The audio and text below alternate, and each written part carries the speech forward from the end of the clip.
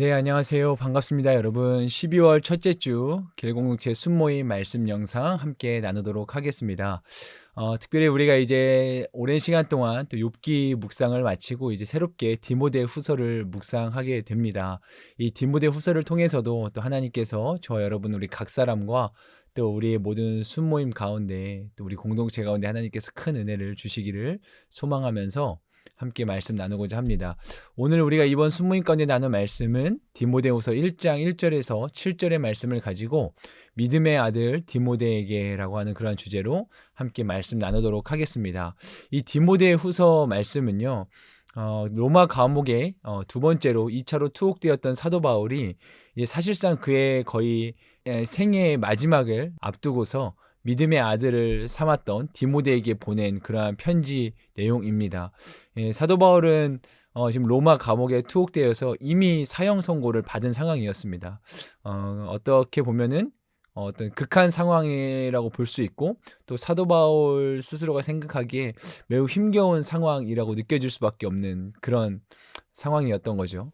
그런데 사도 바울이 그런 상황 중에도 디모데에게 그 믿음의 아들 디모데에게 편지를 쓰면서 뭐라고 고백하냐면 오늘 말씀 1절과 2절 말씀을 다시 보면 하나님의 뜻으로 인해 그리스도 예수 안에 있는 생명의 약속을 따라 그리스도 예수의 사도된 바울은 사랑하는 아들 디모데에게 편지를 쓴다. 하나님 아버지와 그리스도 예수 우리 주께서 은혜와 긍휼과 평강을 내게 베푸시기를 빈다.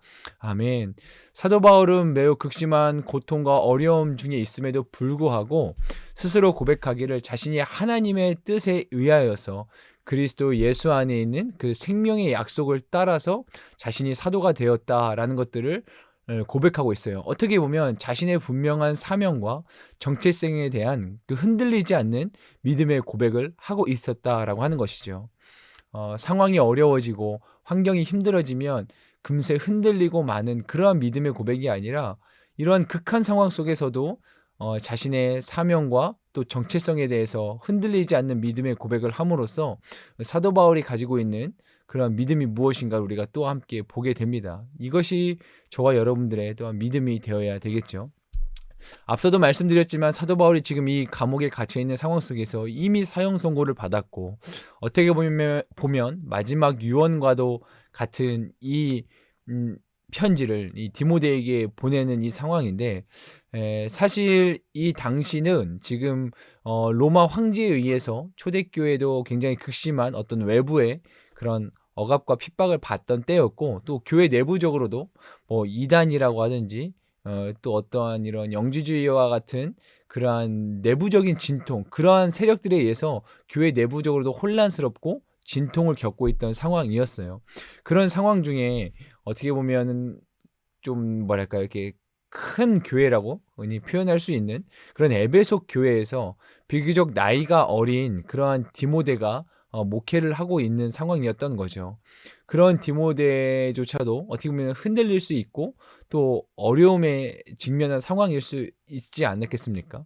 그런데 지금 사도 바울은 자신의 죽음을 앞둔 그 감옥에서도 이렇게 자신의 흔들리지 않는 그러한 믿음의 고백을 통해서 디모데에게 지금 영적인 용기를 불어넣고 또 그렇게 메시지를 함으로써 지금 믿음의 권면을 하고 있는 것이죠.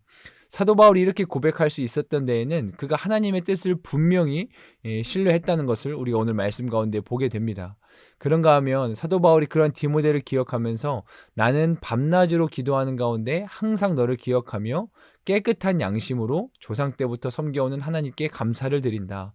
내 눈물을 기억하며 너를 만나보기를 간절히 원한다. 그러면 나는 기쁨이 가득할 것이다. 라고 그렇게 고백하고 있어요.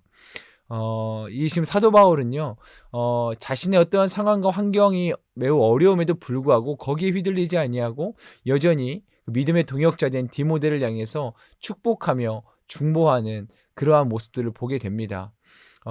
왜 우리가 흔히 말할 때 "내 코가 석자다." 뭐 이런 표현들도 하기 마련이잖아요. 내 환경이 괜찮고 내 상황이 괜찮을 때는 누군가를 축복하고 중보하는 일이 그다지 어렵지 않게 느껴질 수 있어요. 그런데 내 인생에 문제가 찾아오고 지금 내가 당장 너무 어려운 상황 가운데 처하면 누군가를 향해서 축복하고 중보하는 일이 너무나도 쉽지 않다는 것을 우리가 어렵지 않게 느끼게 됩니다. 그만큼 우리의 마음이 인색해지고 강팍해질 수 있다라고 하는 것이죠. 그러나 진정한 믿음의 사람이 보이는 모습이 어떠한가를 우리는 오늘 말씀을 통해서도 보게 됩니다. 우리가 여전히 타인을 향해서, 이웃을 향해서, 우리의 사랑하는 동역자들 향해서 해야 될 것은 축복하고 그를 위해서 중보하는 역할이라고 한다는 것을 우리는 오늘 이 사도 바울의 모습을 통해서 다시 한번 깨닫게 됩니다. 저와 여러분들이 우리가 소위 컨디션이 좋을 때만 막 축복하고 또 기도하는 그런 차원을 뛰어넘어서 어떠한 상황과 환경에도 불구하고 여전히 누군가를 축복하고 세워주며 또 그를 위해서 눈물로 기도하고 또 중보할 수 있는 그런 기도의 사람, 믿음의 사람이 다 될 수 있기를 또한 소망합니다. 계속해서 그러한 디모데의 믿음에 대해서 사도 바울이 이렇게 칭찬해요. 5절 말씀에 보면 나는 내 안에 있는 거짓 없는 믿음을 기억한다라고 하는 거예요. 디모데가 가졌던 믿음이 또한 얼마나 귀한 믿음이었는지, 그리고 그런 디모데를 향한 사도 바울의 신뢰가 또한 얼마나 분명한 신뢰를 보이고 있는지를 우리가 말씀을 통해서 다시 한번 보게 됩니다. 참된 하나님의 나라 안에 세워진 그 동역의 관계를 우리가 또한 보게 되는 거죠. 그러한 디모데의 믿음은 바로 다름 아닌 외할머니 로이스와 어머니 유니게로부터 받았다라는 것을 사도 바울이 그렇게 확신하며 고백하고 있어요.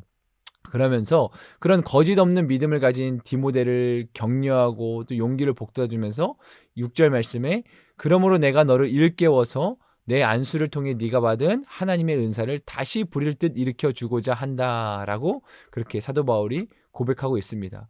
지금 디모데 역시도 교회 외부적으로도 핍박을 받고 내부적으로 혼란한 상태에서 비교적 또 나이가 어렸기 때문에 목회에 있어서 조금은 어려움이 더 가중될 수밖에 없었던 그런 디모데에게 분명히 하나님께서 너에게 그러한 하늘의 은사를 주셨고 거짓 없는 믿음을 너희 부모와 또 외할머니를 통해서 물려줬다는 걸 내가 확신하기 때문에 네가 다시 한번 그 믿음을 붙들고 일어서기를 바란다라고 그렇게 권면하고 있다라고 하는 거예요.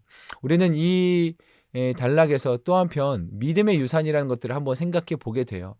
나를 통하여 누군가에게 전해지는, 누군가에게 흘러가는 그 믿음의 어떠한 영향력들을 말하는 것이겠죠. 디모데에게 있었던 이런 거짓 없는 믿음은 그의 부모와 조상들로부터, 그가 외할머니로부터 물려받았던 그러한 믿음의 유산이었습니다.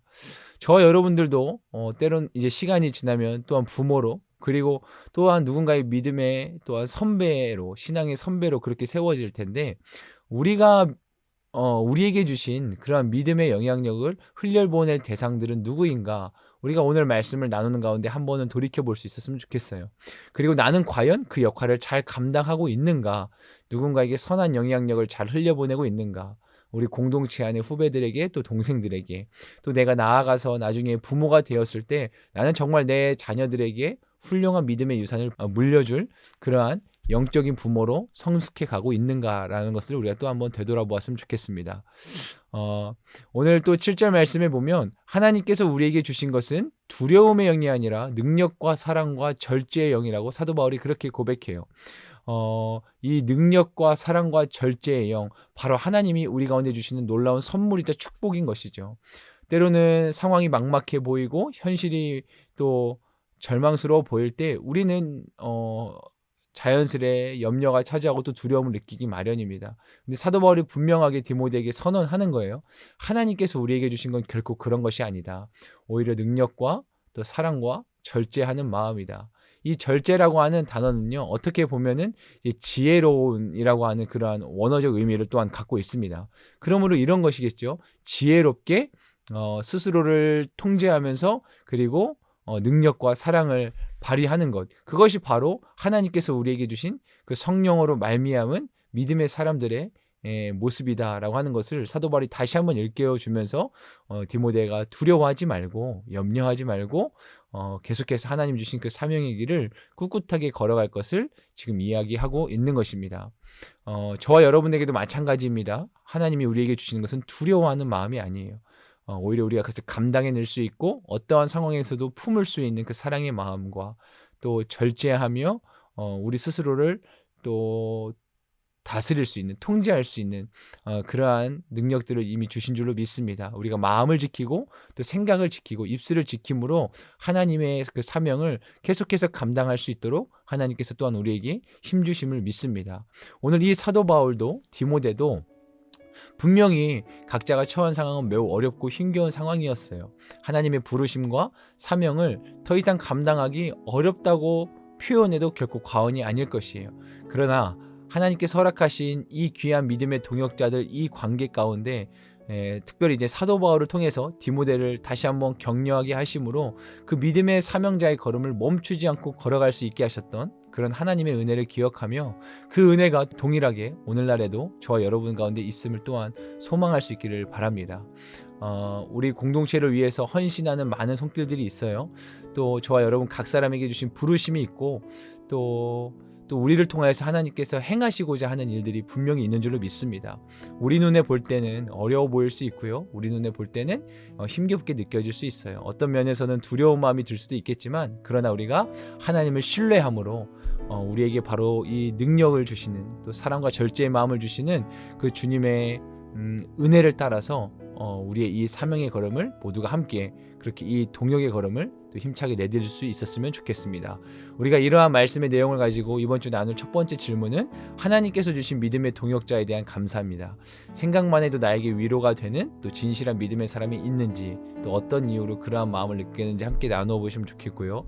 두 번째 나눔 질문은 두려움을 물리치는 능력과 사랑과 절제의 영에 대해서 나누는 거예요. 나는 주로 무엇 때문에 마음이 불안한지 그럴 때 우리가 기억해야 될 하나님의 은혜는 무엇인지 함께 나누시면서 또 우리가 함께 기도할 때에 거짓 없는 믿음으로 하나님이 주신 은사를 잘 사용하도록 기도하고 하나님이 주시는 능력과 또 사랑과 절제의 영이 충만하도록 기도하면서 순원들의 형편과 기도 제목을 위해서도 기도해 주시고요. 무엇보다 공동체 예배와 하나됨 그리고 이제 또 새롭게 세워질 우리 공동체의 모습들을 위해서 리더십들을 위해서 또 함께 기도해 주시면 감사하겠습니다.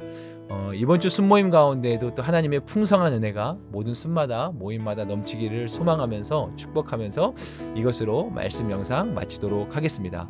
감사합니다.